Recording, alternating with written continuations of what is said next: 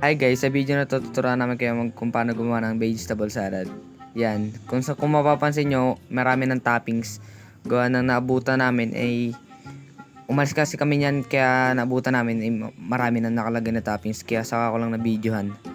So yan, pero makinig pa rin yan. Sa ginagayat nga pala to ay cheese. Yan, cheese. Isa rin yan sa sangkap na ilalagay namin dun sa vegetable salad.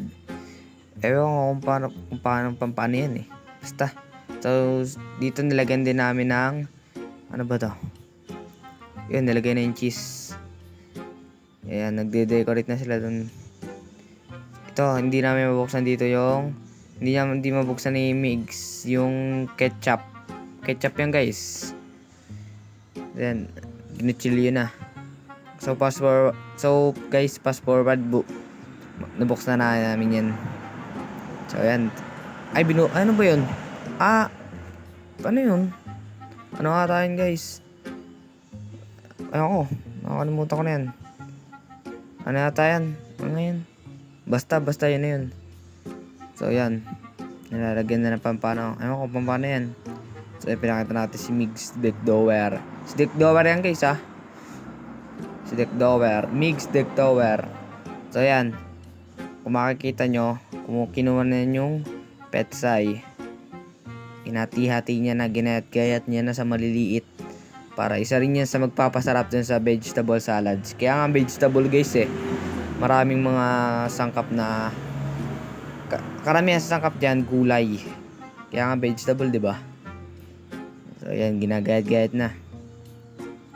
Isa rin yan guys sa isang pampasarap para sumarap ang ating vegetable salad. Naisip ko lang guys parang masarap tong bigyan ng kapirasong montage.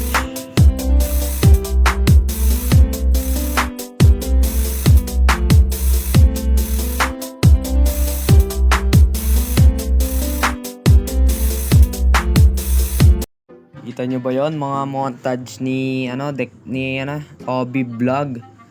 Makikita nyo malupechi yun. Pero tara, balik tayo sa ginagawa nating ginagawa ni Dekdower Fighter na vegetable salad. So yan, kay Migs Bolyogro, walang kayo matututo maggawa na yan. So yan, nilagay na nga pala ni asuka, ng sugar. So yan, pampatamis ba?